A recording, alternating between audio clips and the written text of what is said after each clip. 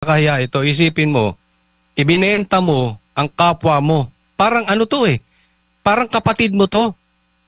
Ibinenta mo sa ibang tao. Ibinenta mo yung karapatan ng iyong kapatid, ng iyong kababayan. Eh wala kang magawa dahil nautusan ka sa taas.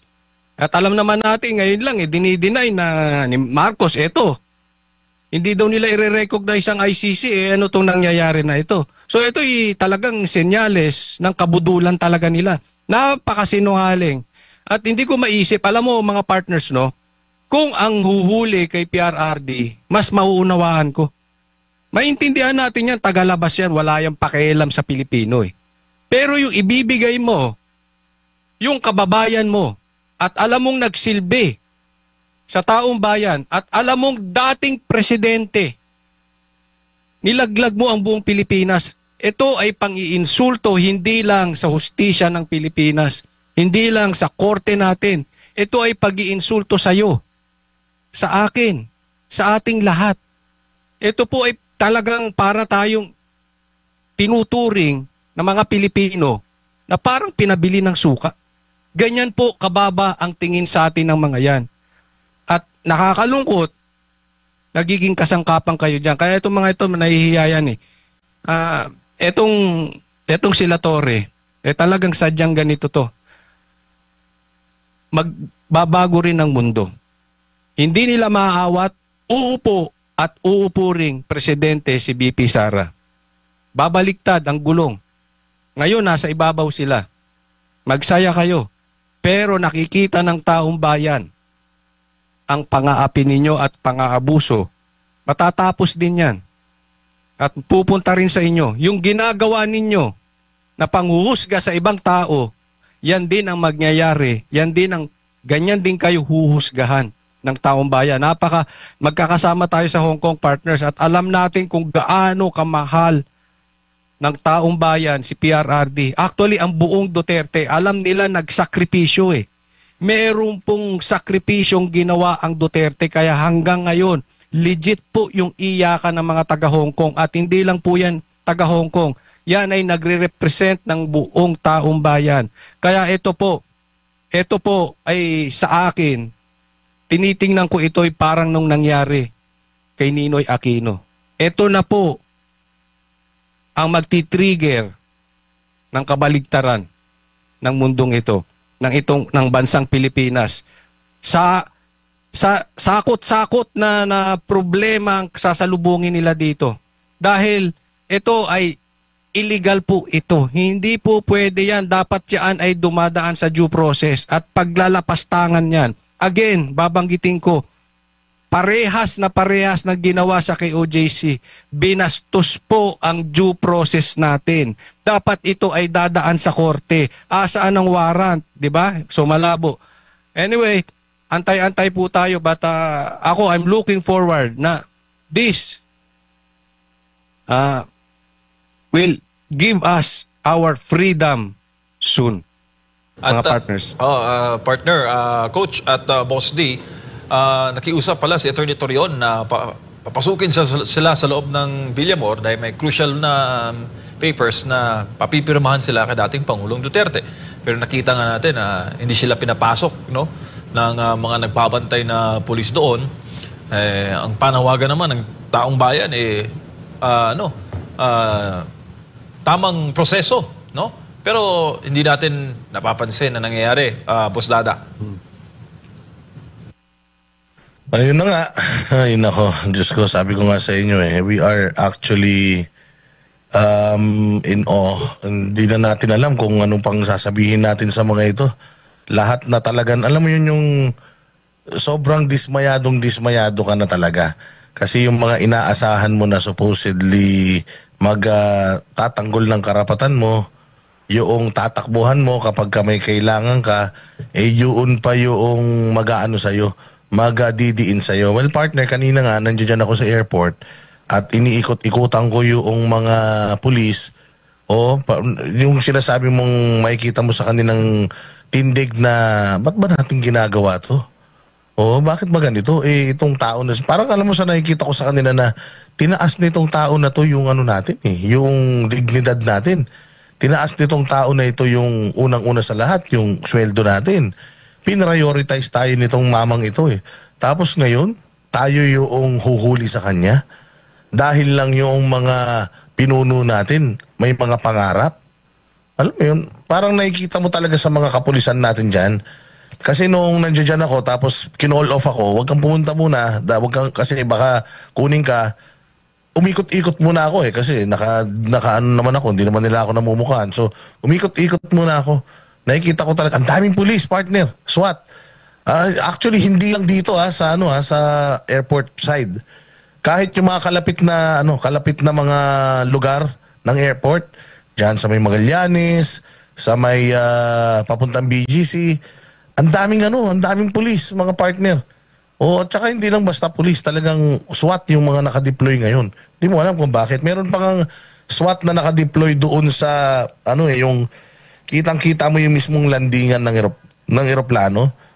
Nakatutok sila doon. Pero makikita mo talaga sa kanilang mga kilos na hindi nila gusto tong nangyayari at mukhang mga dismayado na rin ito. Kaya lang, ganun tawag dito, may pang-blackmail sila na tatanggalin ko kayo kapag hindi kayo sumunod. Siguro, ganun ang sitwasyon nila. Kaya wala sila magawa. Siyempre, may mga pamilya din sila nabubuhayin. Di rin natin talaga sila masisisi.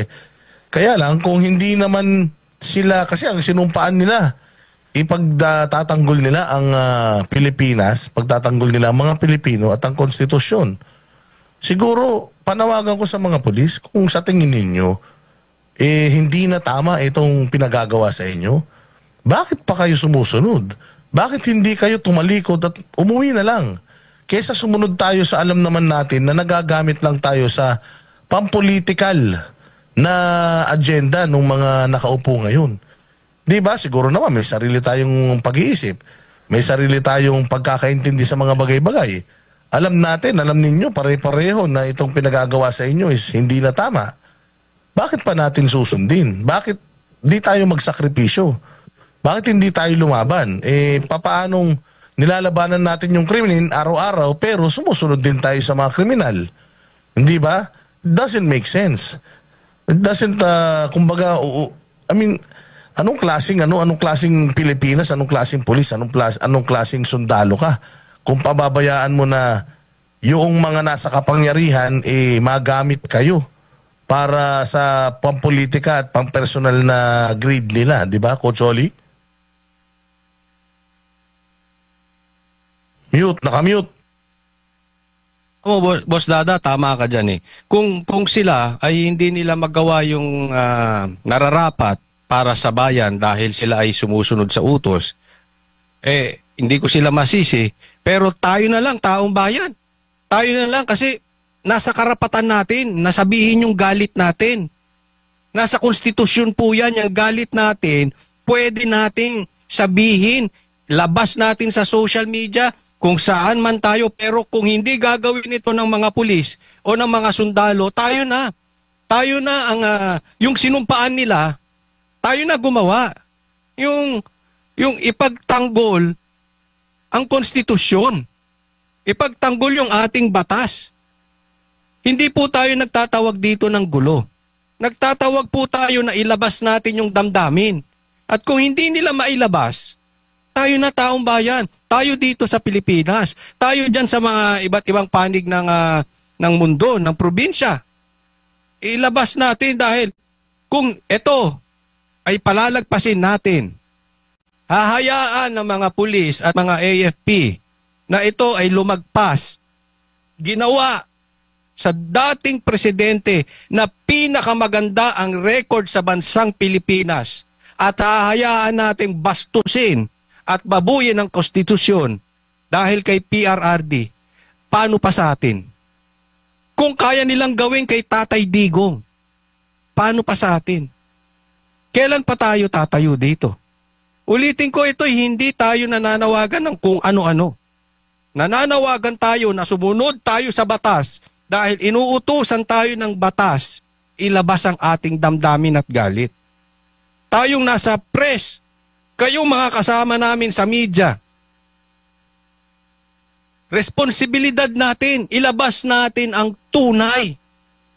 yung tama, responsibilidad natin na dapat lumabas yung katotohanan.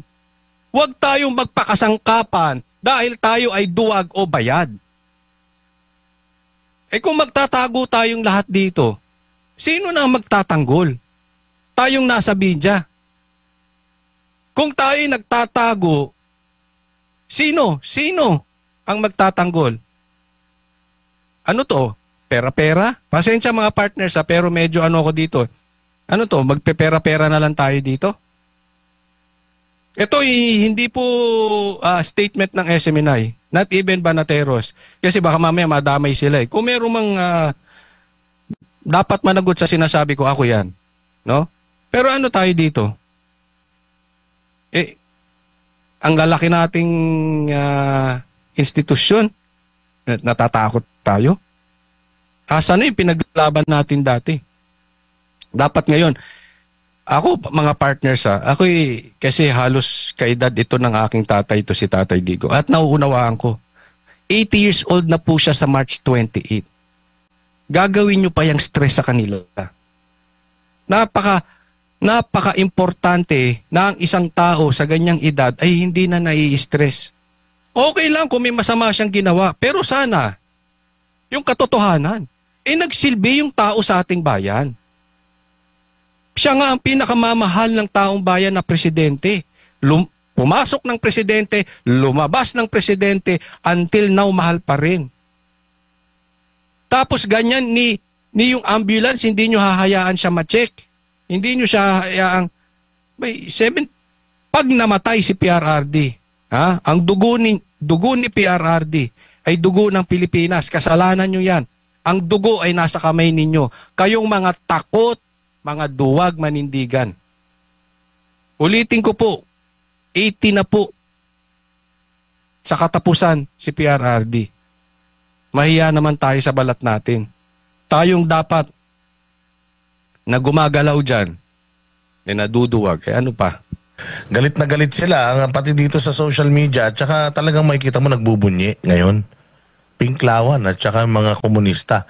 Yung mga makabayan, minomonitor natin, partner, yung social media na yun ang nakikita natin na tuwang-tuwa sila sa nangyayari sa bayang Pilipinas. Sabi ko nga sa iyo, kung ikaw matino kang Pilipino, regardless kung anong kulay mo, ano dapat kakabahan ka dito Di ba?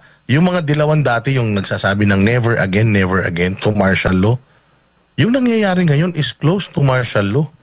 Yung nangyayari nung panahon ng mga Aquino at ng mga Marcos, nauulit-ulit ngayon na yung kalaban nila sa politika, ini-eliminate nila. Ito, masaklap. Dati, pinapapatay lang nila. Ngayon, ginagamit na sila ng, ginagamit na mismo nila yung kapangyarihan, ni-weaponize nila yung kapangyarihan ng gobyerno para i-eliminate lahat ng mga kalaban nila. And nagbubunyi kayo na ganyan yung Pilipino ngayon. Nasaan na yung sinisigaw natin noon na never again. Nangyayari ulit ngayon. Tapos masaya kayo dahil sa noong panahon ni Pangulong Duterte, 6 na taon, yung inyong mga propaganda hindi lumusot. Ngayon, dating galit na galit kayo sa mga Marcos, ngayon, okay na sa inyo Marcos dahil nilabanan ang Duterte. So ang tanong, ang problema ba ng Pilipinas? Duterte? Ang problema ba ng Pilipinas yung maayos na pag-adhere ni Duterte sa kanyang sinumpaang tungkulin nung siya ay presidente? Di ba? So, hindi ko magets bakit ang saya-saya nila ngayon na nangyayari ito, pero hindi naman maghahari, partner, ang kasamaan over sa sa kabutihan. Ang gaba, ang dili magsaba. Ama. Darating din ang panahon, lahat ng ito will all end, and at the end of the day, yung kabutihan pa rin ng mamamayani. Nandito tayo ngayon, hindi tayo ngak-ngak ng ngak-ngak dahil protektahan natin ang mga Duterte. Nandito tayo ngayon at nagsasalita dahil mali ang ginagawa nila. If this happens to anybody, kahit hindi si Pastor Apollo Kibuloy or hindi si Pangulong Duterte, definitely ang Banateros will speak up, lalong-lalo na kung merong pang-aabuso. Tandaan natin, hindi lang naman si Pangulong Duterte at si Pastor Apollo Kibuloy yung tinayuan natin dahil hindi dumaan sa due process. Ang dami pa nating mga tinayuan na mga inaapi. Pero sa bandang huli, alam ko, lahat ng ito matatapos din. Itong Marcos administration, 3 years, napakabilis lang yan. Etong mga generals na ito, you will all go to retirement. At pagdating ng mga pagkakataon na yan at binalikan na kayo noong mga kahayupang ginagawa ninyo na ngayon, dyan nyo na marirealize na kahit na anong pagmamakaawa nyo, dasal ninyo, pag wala na kayo sa kapangyarihan, lahat ng mga nakukuha nyo ngayon, kung ano man yan, monetary man yan, pabor man yan, or anything na nakukuha nyo ngayon, hindi nyo yan mapapakinabangan ng pangmatagalan at hindi nyo yan madadala sa kabilang buhay. Napakalungkot ng kalagayan natin ngayon. Nakikita natin yung frustration ng mga natin dito, ng mga netizens. Kung pwede nga lang daw na sila ay umuwi ng Pilipinas para sila ay pumunta dyan at kunin ng Pangulong Duterte, gagawin nila. Pero wala, siguro sabi nga ni Tek Ocampo kanina na prayers can move mountain. Siguro kung milyon-milyon tayo magdadasal na makalagpas tayo sa sa pagkakasadlak na ito, palagi ko pakikinggan tayo. Kaya siguro ang pinakamagandang gawin natin ngayon, maging mahinahon, tayo ay magdasal at tingnan natin kung ipahayag ninyo sa inyong mga social media kung gaano kayo kadismaya. I-share natin ang post ng isa't isa para makita ng pamahalaang ito na majority ng mga Pilipino ayaw sa ginagawa nila. I'm pretty sure sinishield nila si Bongbong Marcos sa yung mga legal repercussions nito. Yung backlash from the people, palagay ko they are shielding Bongbong Marcos. Hindi nakakarating kay Bongbong Marcos na itong ginagawa nila is sobrang delikado because this president is so incompetent. Kaya kung ano na lang sinasabi ng mga nakapaligid sa kanya, yun yung paniniwalaan niya. Siguro sinasabi ng mga nakapaligid sa kanya ngayon, we're doing a good job. Walang reaksyon yung mga tao sa ginagawa kay Duterte ngayon. Okay na okay ang lahat. Hindi niya alam na kapag bumaliktad ang sitwasyon, itong mga nakapaligid sa kanya ngayon, iiwanan siya niyan. Tapos siyang mag-isa, yung sosolve sa problema niya na hindi niya alam na nangyari ngayon. Kaya kung ako sa'yo, BBM, kung naririnig mo ito, ikaw lang ang may kapangyarihan para ihinto ang lahat ng ito. Because kung hindi mo gagawin, lahat ng mga kandidato mo na yan, kayo din ng mga kandidato ni Bongbong Marcos, kung itigil na nila tong kabulastugan na ito, step up, sabihin mo, mali ito. Kasi yun naman ang pronouncement mo, viewer. May mga tanong sa'yo. Kung may warrant of arrest, ita-turn over mo ba si Pangulo? Ang sagot mo before was, bakit? Wala silang jurisdiction sa atin. So panindigan mo yun, Pangulong Marcos. O habang buhay, na ang magiging legacy ng pamilya ninyo, mga mambubudol kayo at mga sinungaling. Mga partner. Tama ka dyan, Boss Dada. Sa tingin ko, ligaw po si BBM sa nangyayari ngayon. Kaya I really suggest itong si BBM ay manood sa SMNI. Hindi niya alam, parang ang pinapanood niya, siguro ito'y nabubulungan ng mga demonyo dyan sa paligid niya na hindi binabalita ang totoo or nakikinig siya sa mainstream media na bayaran.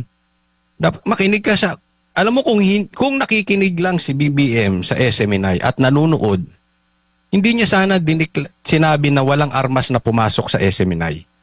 Hindi siya naliligaw sa nangyayari sa Pilipinas. Yung pagsabi niya ng walang pumasok na baril dyan sa SMNI, talagang parang ligaw siya sa nangyayari sa Pilipinas.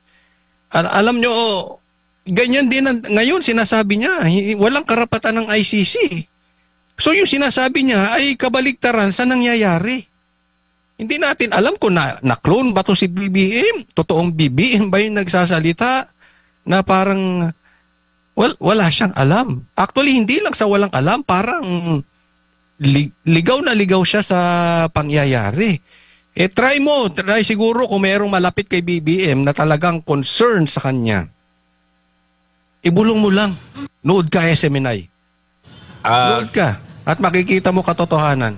Babalikan natin yung kay Vladimir Putin. Ang sabi ni Vladimir Putin, okay, kasi may warrant of arrest siya. Ang sabi ng gobyerno niya, subukan yung dalhin dito yan. Palapag pa lang yung plano nyo, pasasabugin ko na yan.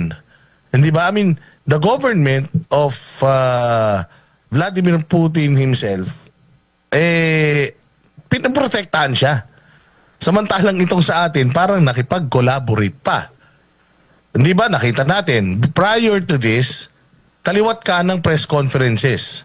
Kaliwat ka ng pagdi-deny from the police, from Solgen, from PCO, pure denial. And then biglang may ganito. Public office is a public trust. Bakit niloloko nyo tao? Dahil lang kalaban nyo sa politika, kailangan nyong lokohin yung taong bayan. So kung mga manloloko, sinungaling at mga ang utak na itong mga to pambubudol, itong sinasabi ni Ibi Hugalbot, hindi malabong mangyari ito na baka peke ito. Hindi ba? Kasi parang may mga lumalabas pa sa social media na e-signatures. Yung nandoon sa dokumento, walang mismong dokumento, binabasa lang from cellphone. Ito ba talaga ang due process? Ako kasi hindi ako eksperto, pero ito ba talaga ang proseso? So hindi malabo yung sinasabi ni yung haka-haka ng taong bayan ngayon na baka ano lang yan. Baka sila lang ang may gawa niyan o baka talagang sila lang nagfo-force ng issue or baka nga yung gobyerno pa natin ang mismong nag-follow up sa sa ICC para ma-weaponize yung warrant of arrest hindi ba? So ayan, makikita ninyo makikita niyo sa screen, galit na galit yung asawa ni Pangulong Duterte dito kay Torre, and masayang masaya siya sa ganyan. Hindi ko alam, sobrang proud na proud siya sa ginagawa niya, no? Bilang isang pulis, parang paano ka nakakatulog ng mahimbing na ganitong ginagawa mo sa bayang Pilipinas, no? Grabe. Ako talaga nauubusan na talaga ako ng sasabihin kasi ang hirap dito kasi sa TV, hindi mo malabas yung talagang emosyon mo kailangan mo magpigil. Pero kung pwede lang talaga magmura, talagang paliliguan natin ng mura tong mga to Ito lang talaga yung kaya nating gawin Kaya kayo dyan sa mga netizens, lahat ng pagkadismaya ninyo, ang totoong people power nandiyan dyan sa social media. Ilabas ninyo lahat ng mga pagkadismaya ninyo sa social media. Sigurado ako nakatutok sa social media yung mga yan. Kapag nakita nila na napakalaki ng numero ng mga Pilipino na dismaya dito sa ginagawa nila, I am sure, even these people na nakadikit sa kanila, isa-isang magkakalasan yan. Because alam nila na matatapos din ang reign ng mga taong ito. Yung panahon nila sa kapangyarihan, matatapos din yan. So kapag nakita nila na napakadaming dismayado dito at ayaw nitong nangyayari na to, maaaring kausapin nila yan para magising sa katotohanan yan, at kung talagang diktador ang utak niyan, unti-unti magkakalasan yan sa kanila. Kaya gamitin natin ang ating social media. Sabihin natin doon kung gaano tayo kadismayado dito sa mga nangyayaring ito sa Pilipinas. This KOJC Part 2, yung kanya lang warrant of arrest. Naalala ko nung talagang nagkaharapan na yung libo-libong pulis at ito si Atty. Torion, nandun ako mismo sa harap. Katabi ko si Atty. Torion at sinasabi illegal yung warrant kasi wala na, hinahanap nila si Pastor pero wala yung pangalan ni Pastor doon sa warrant of arrest. Hindi ko maintindihan. Ang sinabi ni Torre lang dyan ay papasok kami sa ayaw at sa gusto ninyo. Saka na lang kayo magreklamo. Parang parehas dito sa nangyari kay kine-question yung legality nitong warrant kay PRRD. Bisto lang gano'n na lang. Basta uhulihin ka namin, saka na kayo magpaliwanag. Wala silang mapakitang hard copy. So, hindi. Ginawa pa rin nila. Ginawa nila at alam naman natin nangyari doon na dinesisyonan ng korte na dapat umalis na yung mga pulis doon. Kasi dapat kung warrant lang yan, hindi po search warrant ang hawak nila, warrant of arrest. Sinearch nila ang KOJC at hindi sila umalis doon. Diba? So alam natin na ang kahihatnan nito ay talagang iisang tabi ang batas. Hindi nila gagalangin yung kasabihan ang batas ay batas. Hindi po totoo yan. Diyan pa lang, ang dami nang nalalabag na batas. Unconstitutional na yan. Kaya humanda tayo mga Pilipino at abang-abang po tayo dahil alam ko maraming magaganap. No? Abang-abang po tayo sa GC natin. Yan po ang ating komunikasyon. Kung ano man ay katulad ng sabi kanina ni Konsehal Girlie Balaba, marami pong kasunod na mangyayari ngayon.